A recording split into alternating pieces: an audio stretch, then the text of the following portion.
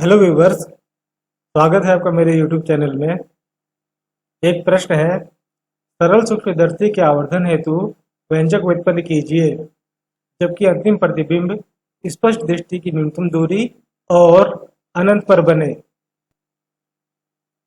सरल सूक्ष्मदर्शी धातु के फ्रेम में कसा उत्तल लेंस से बना एक प्रकाशिक तंत्र होता है जिसकी सहायता से वस्तु का बड़ा और आवर्धित प्रतिबिंब प्राप्त किया जा सकता है। हम सरल सूक्ष्मदर्शी में उत्तल लेंस का ही उपयोग करते हैं क्योंकि उत्तल लेंस ही समर्थ होता है किसी वस्तु के आवर्धित प्रतिबिंब को बनाने के लिए। माना कोई उत्तल लेंस L है जिसका प्रकाशिक केंद्र O है। कोई वस्तु A भी लेंस के प्रकाशिक केंद्र O एवं उसके फोकस F के बीच स्थित है, जैसा कि आप चित्र में देख पा रहे हैं।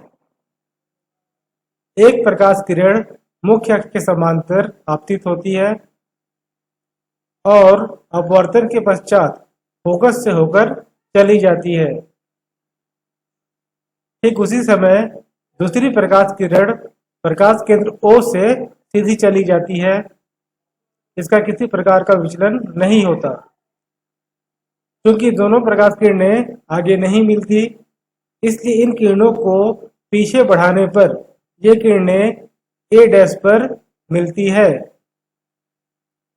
अतः हमें वस्तु AB का आवर्धित सीधा प्रतिबिंब A', B' प्राप्त होता है। इस प्रतिबिंब की दूरी स्पष्ट दृष्टि की न्यूनतम दूरी D होती है।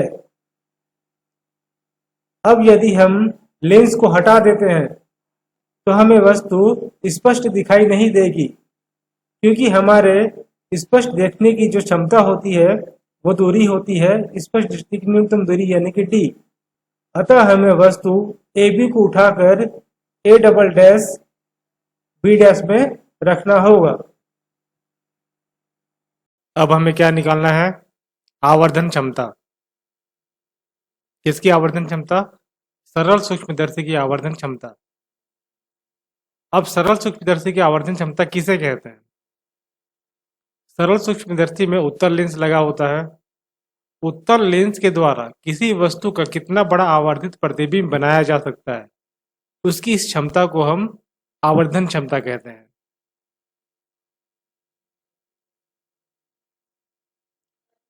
आवर्धन क्षमता को हम स्मॉल m से डिनोट करते हैं।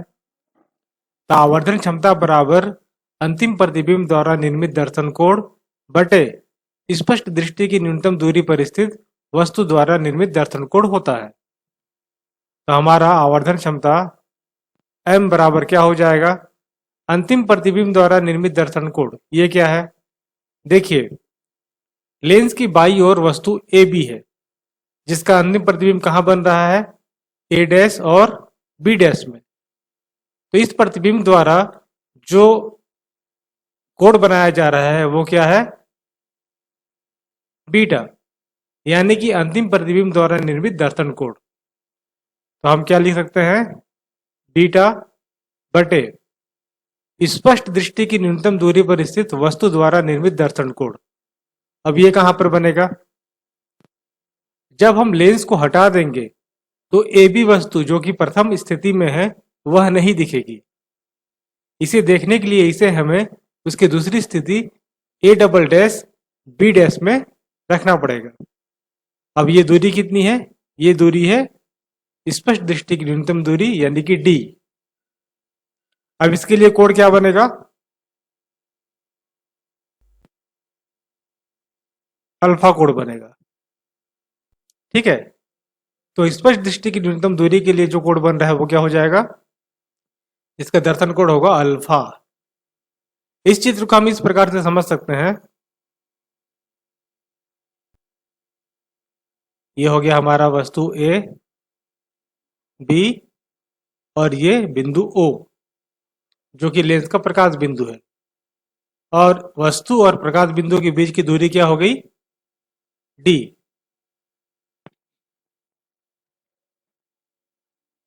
जो कि स्पष्ट दृष्टि की न्यूनतम दूरी है।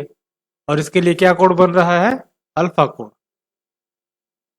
ठीक है, हमने वस्तु ए बी को उसकी दूसरी स्थिति A double dash B dash में रखा हुआ है।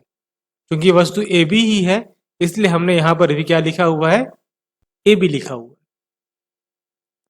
चूंकि बीटा एवं अल्फा के मान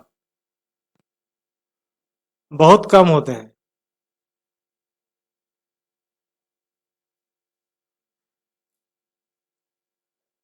इसलिए अल्फा बराबर हम क्या लिख सकते हैं? Tan alpha. और बीटा बराबर हम लिख सकते हैं टेन बीटा। इसे हम समीकरण 1 दे देते हैं। अब आगे समीकरण 1 में बीटा और अल्फा का मान रखने पर यह हो गया आवर्धन क्षमता m बराबर टेन बीटा बटे टेन अल्फा। आगे m बराबर टेन बीटा। आवर्धन क्षमता m बराबर टेन बीटा। टेन बीटा के लिए क्या देखेंगे? त्रिभुज ए बी ओ। क्या देखेंगे? त्रिभुज ए बी ओ, जिसके लिए दर्शन कोण क्या बना है? बीटा बना हुआ है।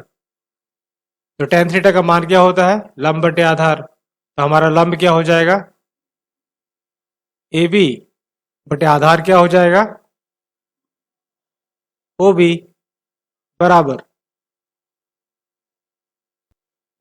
ए बी बटे ओ बी। ओ बी क्या है? ओ बी क्या होगी? असल में ए बी जो कि वस्तु है उसकी दूरी होगी, यानी कि ये हो जाएगा u। क्योंकि बाई ओर है तो इसे हम क्या लिख सकते हैं? Minus u। अतः टेन अल्फा के लिए देखिए क्या होगा? टेन अल्फा के लिए हमें इस त्रिभुज ए बी ओ को लेना होगा। इस त्रिभुज में देखिए टेन अल्फा के लिए क्या है? लंब ए बी है। ये क्या हो गया हमारा? ए बी बटे आधार क्या है? O B. इस प्रकार से बटे ए बी यहां पर क्या है हमारा? A B. ए बी लंब है, इसे जैसा का तैसा लिख दीजिए। ओ बी हमारा क्या है? हमने क्या किया है कि वस्तु को उठाकर पहली स्थिति से दूसरी स्थिति में रखा है। मतलब कि उसकी दूरी क्या हो गई है? डी हो गई है, जो कि स्पष्ट दृष्टि की न्यूनतम दूरी है। तो यहां पर ओ बी बराबर क्या हो जाएगा? Minus D.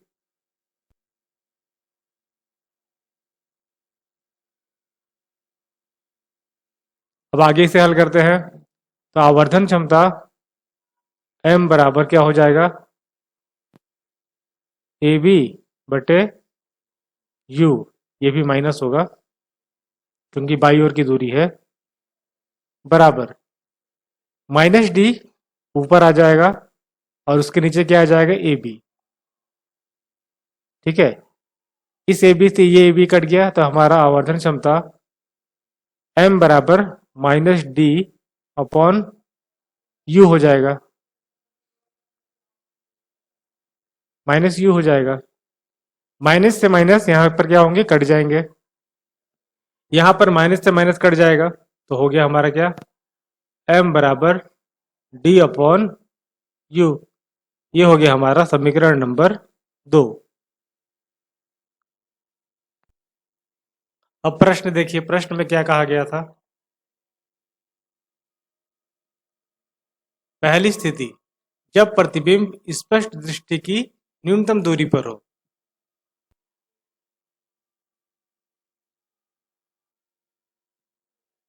अतः पहली स्थिति जब प्रतिबिंब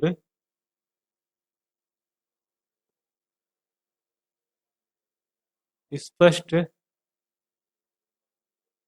दृष्टि की न्यूनतम दूरी पर हो, तब लेंस सूत्र से, लेंस सूत्र हमारा क्या है? 1/f equal to 1/v minus 1/u। आगे इसे हल करते हैं। 1/f equal to 1/v। अब v क्या है देखिए, v हमारी क्या है, प्रतिबिंब है। प्रतिबिंब हमारा किस तरफ बन रहा है, वस्तु की ओर बन रहा है। यानी कि ये जो प्रतिबिंब है v, a dash b dash हमारा प्रतिबिंब है, इसकी दूरी क्या हो जाएगी, -v। तो ये क्या हो गया, -v माइनस 1/u। अब ये वस्तु भी हमारा किस ओर है, बाई ओर है। तो जब वस्तु की दूरी बाई ओर हो तो हम इसे -u लिखते हैं। ये भी हो गया माइनस। तो 1/f equal to -1/v। Minus और माइनस यहाँ प्लस हो जाएगा, तो 1/u। आगे 1/f इक्वल टू -1/v की जगह क्या लिखेंगे, प्रतिबिंब ए डैश बी डैश की जो दूरी है वो v दूरी है, ठीक है।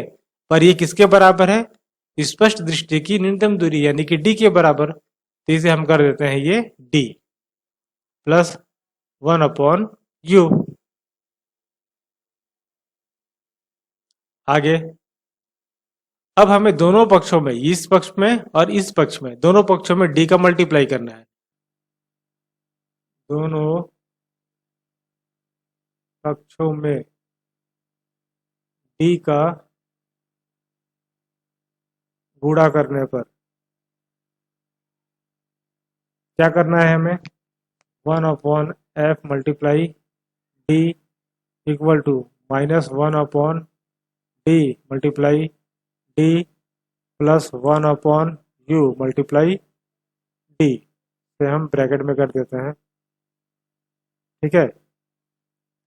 अब आगे हल करते हैं तो क्या हो गया, d/f equal to -d/d plus d/u। अब देखिए क्या होगा, ये d कट जाएंगे तो क्या हो गया, d/f equal to -1 plus d/u। आगे -1 का हम पक्षांतर करेंगे तो ये क्या हो गया, -1 जब पक्षांतर होकर बाई ओर आएगा तो हो जाएगा 1 plus d/f equal to du। ये हमारा हो गया समीकरण नंबर 3। अब देखिए समीकरण नंबर 3 और समीकरण नंबर 2 को, तो समीकरण नंबर 2 हमारा कहाँ है, ये देखिए m बराबर क्या है, d/u है, और यहाँ पर क्या है 1 plus d/f equal to d/u। तो समीकरण नंबर 2 से d/u की जगह हम किसको ला सकते हैं, m को ला सकते हैं, आवर्धन क्षमता को। तो इसे हम लिख देते हैं 1 प्लस d/f इक्वल टू, ये हो गया m। तो हमारी आवर्धन क्षमता स्मॉल m इक्वल टू क्या हो गई, 1 प्लस d/f। ये हो गया हमारा समीकरण नंबर 4। इस प्रकार से हमारा आवर्धन क्षमता निकल कर आ जाता है। अतः अब दूसरी स्थिति, प्रश्न में दूसरी स्थिति के लिए क्या कहा गया है, आइए प्रश्न को देखते हैं। प्रश्न में दूसरी स्थिति के लिए कहा गया है कि जब प्रतिबिंब अनंत पर बने। अतः प्रश्नानुसार दूसरी स्थिति, जब प्रतिबिंब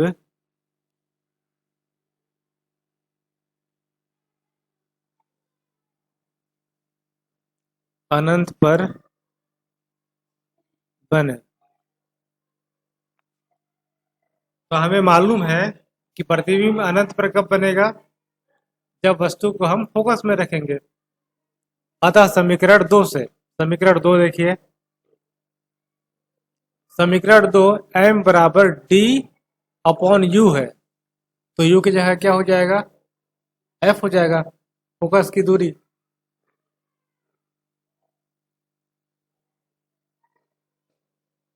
ये हो गया। अतः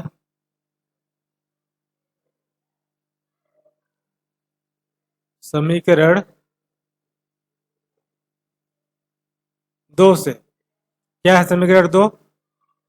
आवर्धन क्षमता m बराबर d अपॉन u है, तो हमें क्या करना है, d अपॉन f, क्योंकि वस्तु को उठाकर हमने कहाँ रखा है, फोकस में। तो ये हो गई जब प्रतिबिंब अनंत पर बने उसके लिए आवर्धन क्षमता। अतः हमें समीकरण 4 और 5 से क्या समझ में आता है कि अगर सरल सूक्ष्मदर्शी की हमें आवर्धन क्षमता बढ़ानी है तो फोकस दूरी न्यूनतम होनी चाहिए। अगर मेरे वीडियोस आपको अच्छा लग रहे हो तो मेरे वीडियोस को लाइक करें और मेरे चैनल को सब्सक्राइब करें। Thank you.